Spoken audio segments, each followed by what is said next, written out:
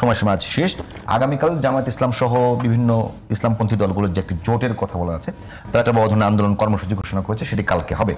এখন প্রশ্ন হলো, সরকারের কোর্টে পুরো বলটা সিদ্ধান্ত সরকারকে দিতে হবে।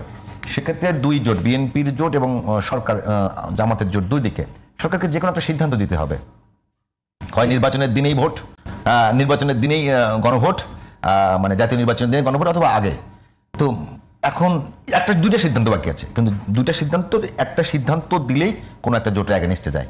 সামনে কি এই বিষয়টির উপর ভিত্তি করে বাংলাদেশে বড় ধরনের নৈরাজ্যের সম্ভাবনা দেখছেন? বড় ধরনের নৈরাজ্যের দিকে শেষ পর্যন্ত যাবে না, কারণ হচ্ছে নির্বাচনটা সবার জন্যই দরকার।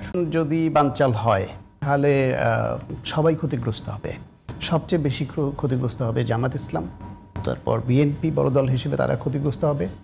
এনসিপি জুলাই গণঅভ্যুত্থানের এরকম কথা আছে যে 54 বছরে যে দল, এরকম কথা আছে 54 বছরে যে দলটি কোনো ক্ষমতার কাছাকাছিও যেতে পারেনি, সেই দলটি এখন ক্ষমতার কাছাকাছি গিয়েছে, ক্ষমতা প্র্যাকটিস করছে। আপনাদের পক্ষ থেকে এরকম কার কথা বলছেন? জামাতের কথা বলছি সরাসরি।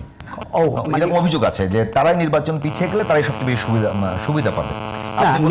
না, নির্বাচন পিছিয়ে গেলে সুবিধা পাবে, নির্বাচন পেছানোর সুযোগ তো নাই। তারা মনে করছে, জামায়াত মনে করছে যে তারা এখন বিভিন্ন জায়গায় গুরুত্বপূর্ণ পদগুলোতে তাদের লোক আছে, সুতরাং তারা নির্বাচন পেছালে তারা ওই সব জায়গায় তো আছেই, পাশাপাশি তারা আরেকটু নিজেদেরকে স্ট্রেংথেন করবে এবং বিএনপিকে যদি কোনোভাবে বিতর্কিত করা যায় সেই চেষ্টা তাদের থাকতে পারে। কিন্তু হিসাব বলছে, পর্যবেক্ষণ করলে আপনি বুঝতে পারবেন যে বিএনপি 236টা 37টা করেছিল, একটা স্থগিত করলো, 236টা আসনে তাদের প্রার্থী ঘোষণা করে দিয়েছে।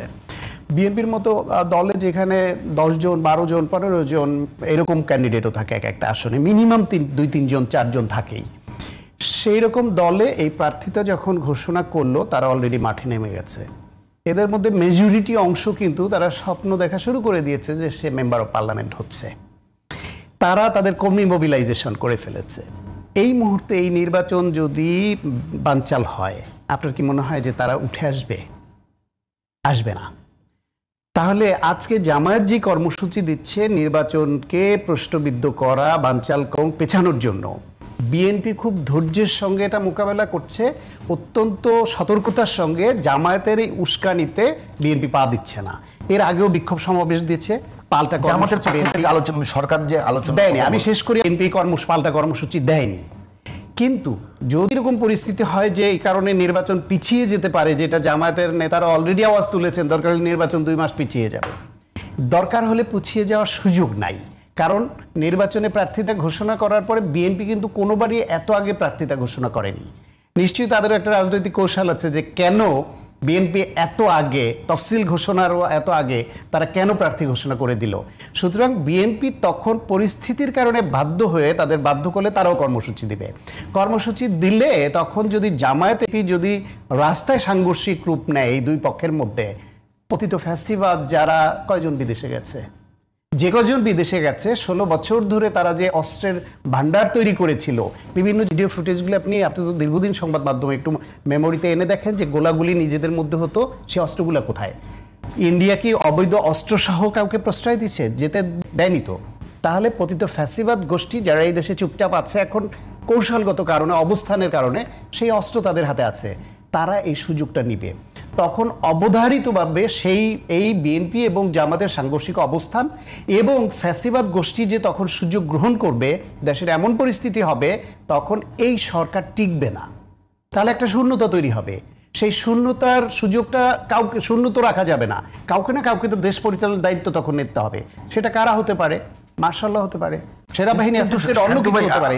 তাহলে কি আপনার এই জামায়াত, এই বিএনপি, এই এনসিপি কেউ মানে রক্ষা পাবে? তখন আপনার এই সংখ্যা যদি সত্য, শুধুমাত্র এখন জুলাইয়ের যে পক্ষ শক্তি যারা আছে রাজনৈতিক মাঠে, কিন্তু বিপক্ষ শক্তি কেউ নেই। আপনি এনসিপি বলেন, বিএনপি বলেন, জামাত বলেন, যাকেই বলেন, তো শুধুমাত্র মানে কে আগে ক্ষমতায় যাবে, মানে যে ক্ষমতাটা আগে কে ভোগ করবে, সবারই ক্ষমতা আসার সম্ভাবনা আছে 2 দিন আগে অথবা পরে, রাজনীতি করলে আসবে। কে আগে ক্ষমতায় যাবে, একটা কারণে কি এত বড় দূরত্ব? না, সবাই ক্ষমতা আসার সম্ভাবনাও দেখছে না এরা। কে আগে যাবে সেই প্রশ্নটা মুখ্য না। এই যে বিএনপি বাদে বাকি সকল শক্তিগুলো তারা ধরে নিয়েছে আওয়ামী লীগ আর বিএনপি বাংলাদেশে এই দুইটা দল ছিল কম্পিট করার মতো বড় দল, অন্য কোনো দল ধারে কাছে ছিল না।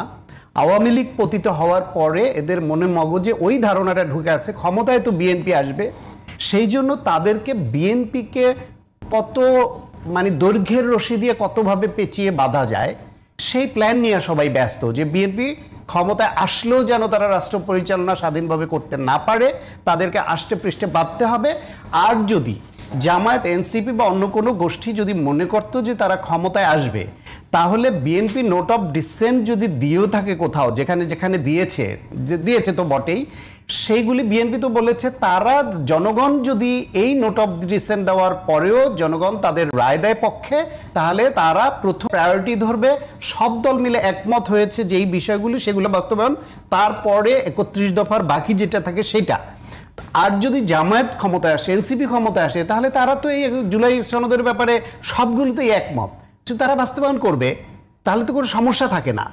মোট কথা হলো তারা যে ক্ষমতায় আসবে এই স্বপ্ন তো দূরের কথা, এই দুঃস্বপ্ন তারা দেখতে পাচ্ছে না বলেই তারা এই জুলাই সনদ নিয়ে এত কথা এবং এত কিছু করছে। তাদের ন্যূনতম সম্ভাবনা যদি দেখতো যে আমরা তো ক্ষমতায় যাবই, সুতরাং বিএনপি কোথাও কোথাও আপত্তি করলে কিচ্ছু যায় আসে না,